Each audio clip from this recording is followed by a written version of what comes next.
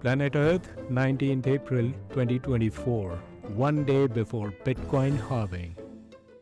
Now, the last time I talked about the Bitcoin halving was all the way back in January, and this video hit over 2 million views. And the next generation of millionaires are definitely about to be made. The Bitcoin halving is literally tomorrow, and a lot of people are going to easily 10x their net worth in the next 6 to 12 months because of this. This could very well be the last time that we see Bitcoin at its current price. We could be seeing $150,000 plus Bitcoin. So not only do we have a supply shock, but a demand shock. And when demand outpaces slower supply growth, price has to go up. Now, everyone is all wound up that this is going to hurt the Bitcoin miners, and you're right, but that assumes the price of Bitcoin isn't going to go up or go up a lot. We're about to turn a couple $100 into hundreds and thousands of dollars, guys. I bet all of my time, all of my money, my entire life savings, and my family's safety on this one fact. We are about to experience the most lucrative asset appreciation in human existence. Came down there, Israel attacks Iran, boom, boom, boom, boom, boom, price tanks to 59, and bang, they all come in and start buying it. Who was buying it? Let me point this out to you. The likes of BlackRock. All right. ขอต้อนรับทุกคนเข้าสู่ช่วง Bitcoin Halving เข้าดาว ไปในสถานะอะไร ซึ่งก็ต้องแยก Bitcoin กับตัว Bitcoin halving. Ese slowly जब भी halving हुई है chart No crean todo lo que ven por ahí. No inviertan en FOMO. Debería de sacar sus ganancias y salir corriendo.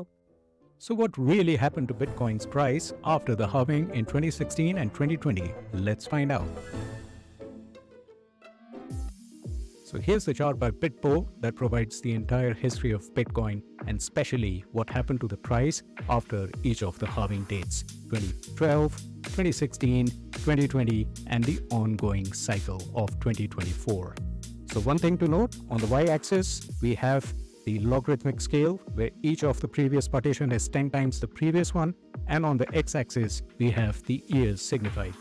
Each of the vertical axes is actually the Bitcoin halving day. We had a huge price action prior to 2012, so we are going to ignore the 2009 and 2012 price action after the halving cycle. So focusing on 2016, let's look at what happened in 2016, immediately after the Bitcoin halved. So one thing which was common across 2016, 2020, and what looks like also is happening in 2024 is a lot sideways action that has happened 2 months into the halving date. So as we can see in 2016, also there was a lot sideways action. The Bitcoin started on the halving day in 2016 at 653, and after exactly 2 months, it was still hovering just below $600. If we put into perspective the halving date and 2 months after the halving of 2020, we see a similar price action starting from 8,500 on the halving day, and towards the end of 2 months, it was still around 9,000, although positive, but it was still a boring sideways action. Comparing it with 2024 price action, on the halving day, it was around 20th of April, which was around 64,000 US dollars, and even after 2 months, it is still around the same range.